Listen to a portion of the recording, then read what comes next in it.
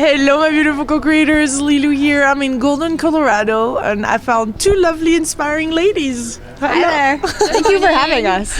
Well, this is a lot of fun because this is part of the journey of life, I feel, where we just end up bumping into other inspirational people that then add to our own journey. And I think both of you have a very amazing story to share with us on how you shift, for example, from being in a corporate job to what you're doing now. Can you tell us more?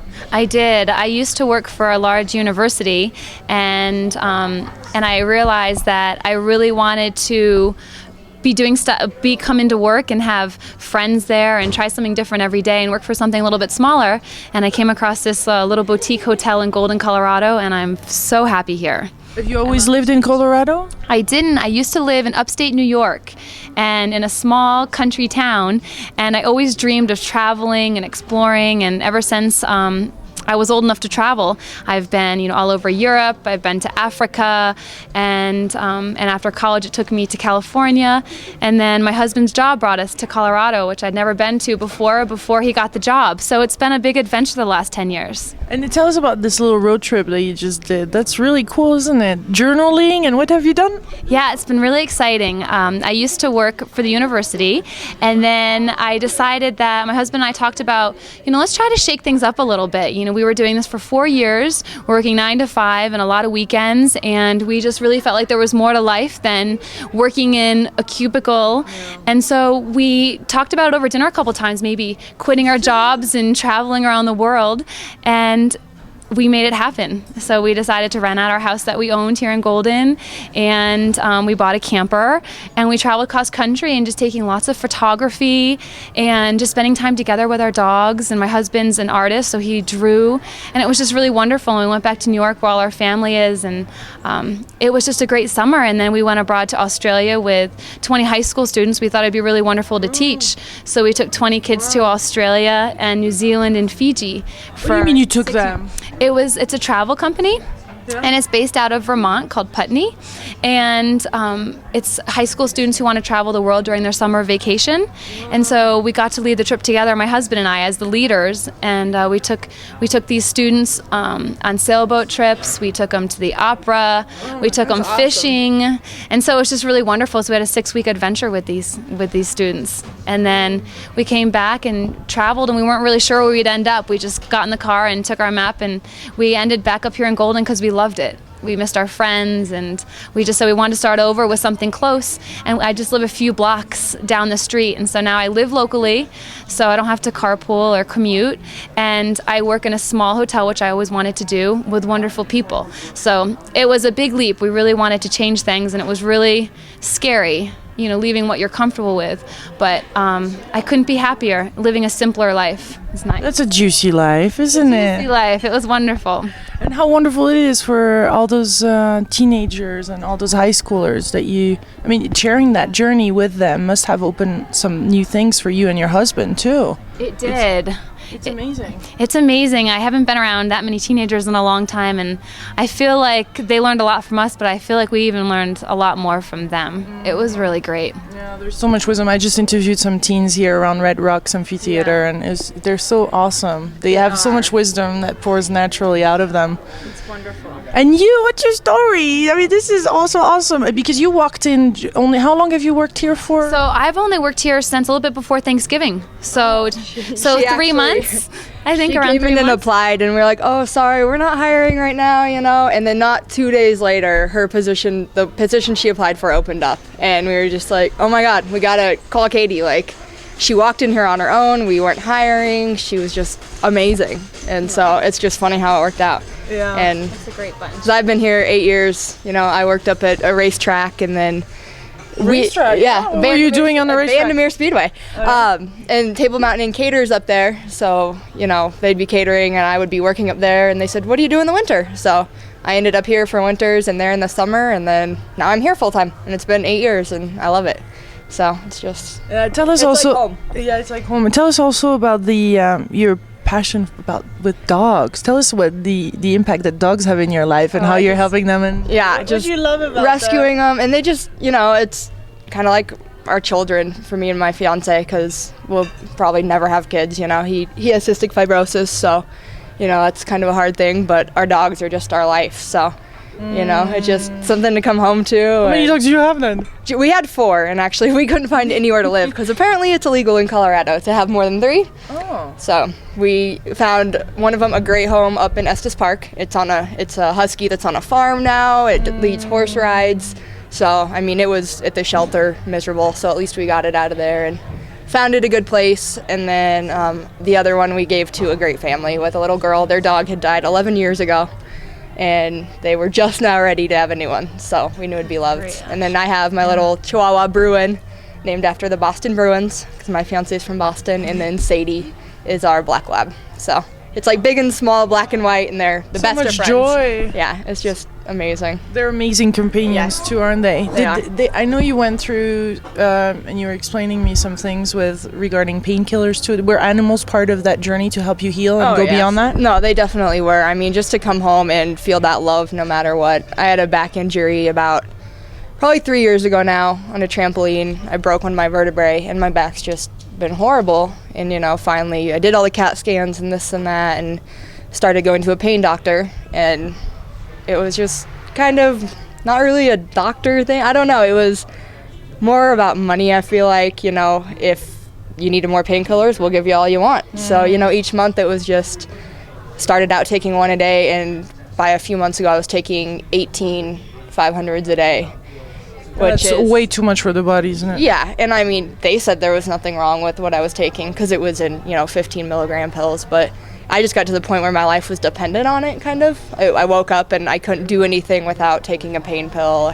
I couldn't go to work, I couldn't go to school, I couldn't take my test if I didn't have my pain pill. Too, yeah. Yeah, I couldn't do anything, and then so, it just got to the point where I finally kind of woke up and I was falling asleep all the time. It was like almost to the point of heroin, where people nod off, and it just, I don't know what happened. I think I just hit rock bottom. I ended up in the ER just trying to come off of it a couple times, and the withdrawal was the absolute worst thing I've ever gone through.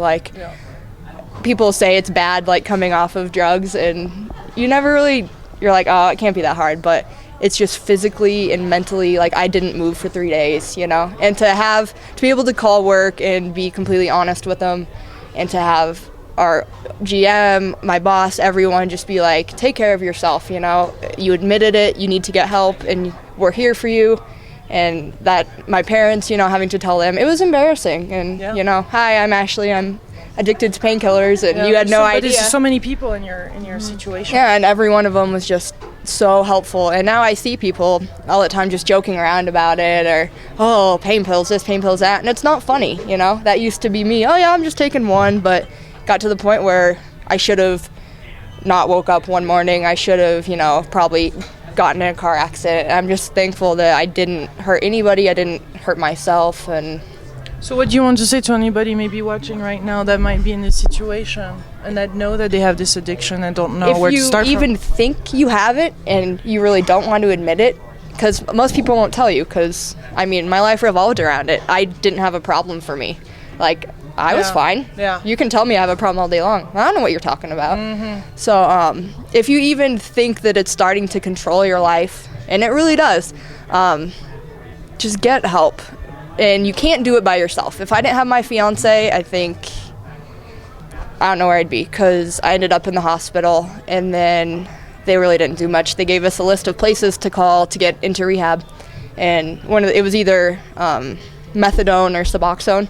And Suboxone's a new treatment they have out for it. Mm-hmm. And they just give you a whole list of places to go. And he called over 100 places, because the doctors can only see 100 Suboxone patients. And every single one is full, just because there's so many people going through it. And we finally found one like an hour and a half away.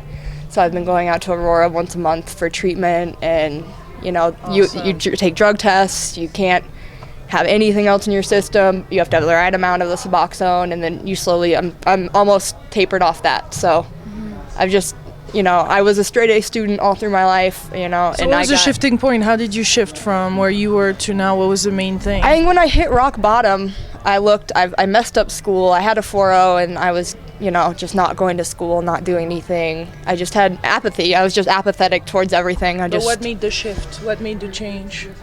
I think I just honestly woke up one morning and looked in the mirror and just my eyes were black. I was in pain from not having, because I had run out of pills. And it's to the point where like, how am I going to get more? How am I going to get more, you know? I can't go to the doctor for a week. I'm out. I took them all too quick, you know? And just having that feeling of being so dependent on a pill. I mean, that I just walked in, told my fiance, I said, I need help. Yeah. And I just lost it. And he called me into work, and I told him I was sick the first day, and then I called him back that night, and I'm like, here's what's really happening, you know? So it's really, like for any of us, I think that is going through a hard time, it's about being vulnerable and reopening our heart and saying what's really going on to people that are around us. They're really there for us. It's and okay. You can't help if you can't help yourself, no one's going to be able to help you. Yeah. You know? It's just, everyone tried to help me, but until I actually saw what I was doing to myself and everyone around me. Yeah. You know, my brother had talked to my fiance about how worried he was. He didn't even know like how bad I was doing it. He just thought it was like a pill a day, but he had brought it up. My mom, when I told her, you know, what happened, she said, I was honestly waiting for the phone call that you had OD'd. And I didn't even know you were doing that much, you know? And now look at you, how vibrant you are. Look at this smile, look at this face. I do photography with my dad. We have our own little photography business. And then I go to school full-time. I graduate in the spring. You're very busy. Yeah, biochemistry degree. And then here I'm the banquet manager. I do all the graphic design for the hotel. And we're at Table Inn. Table Mountain Inn, yep. Table Mountain Inn in Golden, and they have actually the reason why we're here too is because they have donated some nights for the tour, and thank you for that. I so much see why you did that now, because it's really your humanity, you know, transpires here, and this is what it's all about too. It's supporting each other along this journey, and thank you for doing that. I mean, we can all come to work any day, and we just have such a support system for anything, and It's a great nobody place. here judges you, or you know. That's great. We can feel it. We do can really feel it. Yeah. Because if I would have had to call into work and they would have been like, "Sorry, I guess you don't have a job," Yeah. I mean, that just would have made it worse. Yeah. I don't know what I would have done, because work's my life. I mean, if I'm not here, I'm at school. If I'm not at school, I'm... Ashley comes in sometimes at 6 a.m. and she doesn't leave till midnight after the evening events. We say, Ash, are you leaving today at noon? And then we come back again in the evening, and she is here till dark. Yeah, she definitely puts in a lot of time here. It is your second home. I'm probably here more than home. You really are. Work is part of our life, isn't it? And sometimes a lot of people just have a job to pay the bills, but it's so much more than that. So much more. Because when we really love what we do, it's, I mean, you're the guest here, anybody that you meet then is fully feels part of this experience and not just the client. Yeah, I'm a biology major, and I never thought I'd end up in hospitality or food and beverage, you know, but honestly, I have no intent of getting out of it right now. And I am too. I went to school for geology. Yeah. And I did mining for a while, and then I ended up here. It's funny how you end up on life is such a journey, you know, I think it's true, yeah. I had kind of I went to college for geology, and then I moved to California and became a teacher, and I taught for middle school, and then I thought I wanted to do interior design, so I went to night school and became an interior designer. And then I did real estate, and then I decided to get into event planning, and I loved the excitement of it and the different people you meet. You know, like coming in, I never would have met you coming in. You know, or Ash in there every day. It's so funny how you don't really know where you're gonna end up, but sometimes you find the right place, and when you're in the right place, you just know it. Sometimes you just get to make someone's day by doing like the smallest thing, you know? Yeah. Like we had an event last night, and he wanted sound hooked up to his computer so he could play his bloopers or whatever. And so I'm like, yeah, give me 2 minutes, I'll get it set up. And I got it set up, and he was like, thank you so much. Just People are very appreciative. Yeah, because we just love to go the extra way here, you know? The hospitality is so important. I think there's some hotels or there's some companies in the hospitality industry that they're there for the money, and there is the ones that are really 100% at service and give it all. And we just want people to have a great experience. For anything that we do too, any job really. Because our heart's in it, you know? It's not, like you said, we're just not coming to come, leave, and get a paycheck. We're coming because we want to Be here. make people smile, and we can't make everyone smile, but we try to make most people smile, you know? It starts with us smiling. Well, thank you so much. Thanks for sharing your journey so vulnerably, and this is inspiring. I know it's a big problem, so I hope somebody out there hears it. And Yeah. And you too, with traveling around and yeah, you're like she looks like an angel too, doesn't she? Oh, you guys. Well, thank you. We called one of her references, and they said, if you don't, two of them actually both said this, if you don't hire her, you're stupid. That's straight up what they told us. They said, if you don't hire Katie, I'm going to feel bad for you. So, well, thank you. Thank you for your support. Thank The you. whole crew. Safe travels. It's been wonderful. I definitely meeting you admire guys. what you do. It's Yeah, we do too. amazing. We'll follow you guys Yeah. on your journey. Thanks. Thank you.